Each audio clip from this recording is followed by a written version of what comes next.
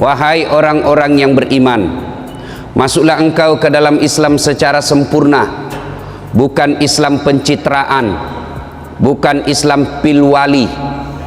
Ini dekat-dekat lagi pilwali, calon-calon biasanya penampilannya kalah ustad, pakai sorban, pakai gamis, luar biasa. Islam pencitraan, jangan Islam seperti itu. Islamlah secara benar. Wala tattabi'u khutuwatis syaitan, dan janganlah engkau ikuti langkah-langkah setan, karena sesungguhnya setan itu musuh yang nyata bagi kalian.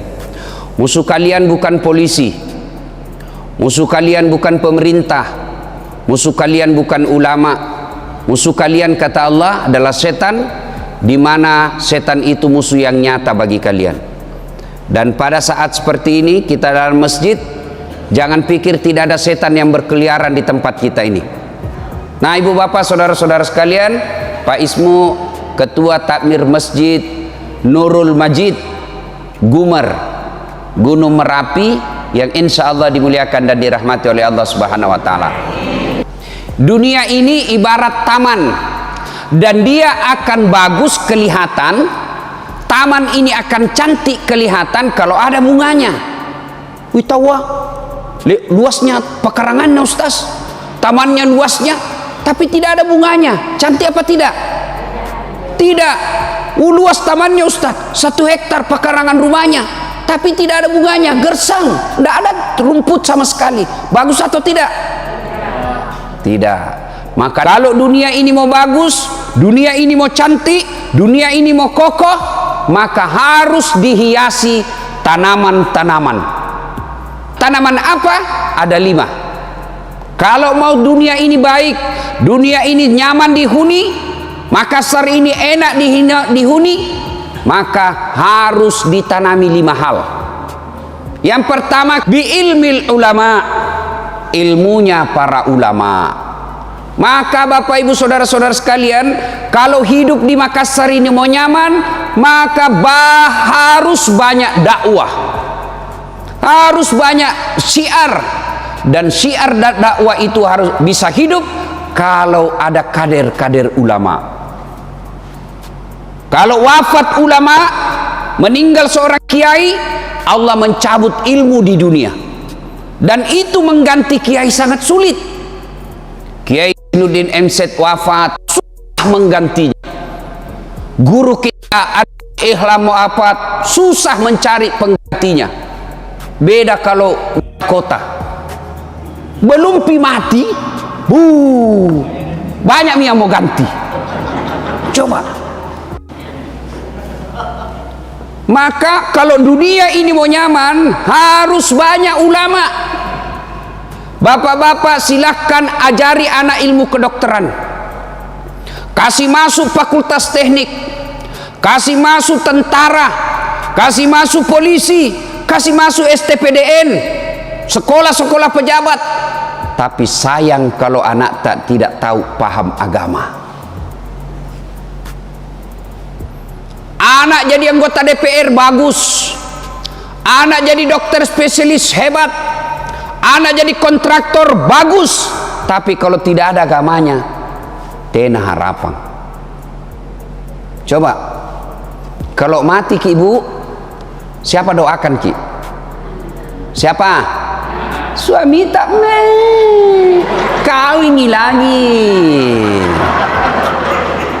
Mana kamu dulu waktu tak pengantin baru, Nabi bilang, kemanapun kau pergi aku akan mengikutimu. Nabi bilang apa? Laut kan ku seberangi, api kan ku terjang, minum kopi saja na tiup. Ya, ya. Siapa yang doakan kita? Anak. Maka kalau anak tak bagus agamanya, meskipun ibu sudah dikubur, masih ada yang doakan. Anakku hebat saya Ustaz, pintar bahasa Inggris. Lari apa yang bahasa Inggris pun tenaga mana? Woi Pak, anak tak hebat bahasa Inggris tapi tidak bagus agamanya, tidak tahu berdoa, untuk apa? Lihat anak-anak yang tinggi sekolahnya tapi agamanya rendah. dinasehati orang tuanya. Bayangkan dijualkan ruko, warisan dari neneknya, nah jual rukonya bapaknya, pergi ke sekolah ke Australia, nak sekolah kau jauh-jauh supaya hebat kau pulang, tapi tidak bagus akhlaknya, tidak bagus agamanya, pulang dinasehati sama neneknya. Nah jangan kau begitu, tidak bagus itu anak gadis keluar malam-malam sama cowok yang bukan suaminya. Apa nak bilang cucunya? Nah anak yang dikasih sekolah ke luar negeri dijualkan ruko, apa nak bilang? Apa tong kita tahu nek? Bayangkan datang bapaknya, jangan kau kasih begitu nenekmu. Kita iya pak, apa kita tahu? Kampungan ini bapakku. Apa? Ngapain? Jarako. Sekolah itu anakmu ndak ada agamanya. Berdoa anak nanti kalau meninggal pintar bahasa Inggris. Bahasa Inggris sih berdoa. Hei, kira-kira kalau berdoa ya anak itu yang kursus bahasa Inggris, yang nak bayar 300.000 satu bulan, berdoa bahasa Inggris sih berdoa. Oh my God, please help me my mother. Talekang. Maka itu semua bisa kita dapat kalau ada kader ulama. Maka masjid sebaiknya satu masjid ada kader ulama di masjid itu. Setiap masjid mestinya ada penceramah yang tinggal di situ. Ada tetangga kita yang paham agama, meskipun sedikit saja pesertanya. Selesai sholat subuh seperti ini, bikin tablik, bikin pengajian, meskipun cuma 2, 3, 4 orang yang hadir. Saya tidak pernah mondok pesantren. Satu-satunya pondokan yang pernah kuikuti pondok waktu saya kuliah, pondokan Ramsis. Tidak pernah saya sekolah agama secara khusus. Tapi di mana saya belajar agama? Saat saya masih kecil di kampung, selalu ada ceramah-ceramah kita di subuh hari. Meskipun cuma 5 orang yang hadir, 10 orang yang hadir, satu aja jadi ulama dari 10 itu sudah luar biasa menyelamatkan Gunung Merapi. Masjid sekarang rau cantik-cantik pak, ber-AC, mewah lampunya, tapi seperti rumah sakit. Tahu rumah sakit? Tahu? Cantik toh, bersih, ber-AC, rapi. Apa isinya? Orang sakit. Jangan seperti itu masjid kita. Biar masjid kita kecil, tidak terlalu rapi, tidak terlalu mewah, tapi di dalamnya selalu ada pengajian. Maka Pak Ismo, pikirkan dengan teman-teman panitia masjid, bagaimana supaya ada pengajian di masjid ini minimal 2 kali sepekan. Dan kita juga jamaah tahu diri ki juga. Kalau pergi ke pengajian, nah ada celengan diedarkan, isi tongin jo. Ya kok kikili. Kalau lewat celengan di depan tak pura-pura kena SMS. Ndak nak lihat, begitu lewat balik. Pernah ada orang sekya sekali lewat celengan depannya. Nah ambil boy, nah cari yang paling kecil 2.000, kasih masuk. Selesai itu kasih masuk, tiba-tiba lewat lagi tuh celengan, ditepuk pundaknya sama anak muda di belakang. Pak, nah dorong 100.000. Wih, dalam hatinya ini bapak, wih, jago nih anak muda, nak ke 2.000 jadi si bilang 100.000, langsung nak sambut, nak kasih masuk celengan. Sudah masuk celengan, nak bilangin anak muda, tapi pak, uang tak tadi tu jatuh dari kantong tak? Apa poe masuk di celengan? Begitu sekeknya ini orang, bubar itu jamaah, nah datangi itu takmir masjid, nah bilang tabe ada uang di situ, salah masuk tadi itu di celengan. Lah, ini masjid bisa makmur, dakwah bisa jalan kalau ada donatur. Maka ibu bapak ketika datang ke masjid, jangan tomak itu sengaja mau celengan, tapi celengan yang kita mau isi uang 2.000. Nah, masih bagus itu, masih ada 2.000 daripada tidak ada sama sekali. Ya, ibu-ibu pilih mana? Pilih mana? Meskipun 2.000 tapi rutin, daripada sekali 1 bulan 10.000. Pilih mana ibu? 2.000 tapi rutin. Kentara sekena.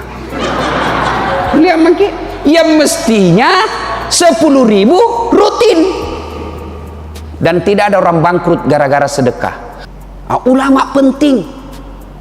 Ibu-ibu saya tanya, pernah selama Bapak Ibu jadi penduduk Gunung Merapi, pernah ndak ada kepala dinas kesehatan datang menjelaskan tata cara wudhu? Ada? Pernah ada gubernur yang datang di sini masjid tak menjelaskan syarat-syarat syarat sahnya sholat? Pernah?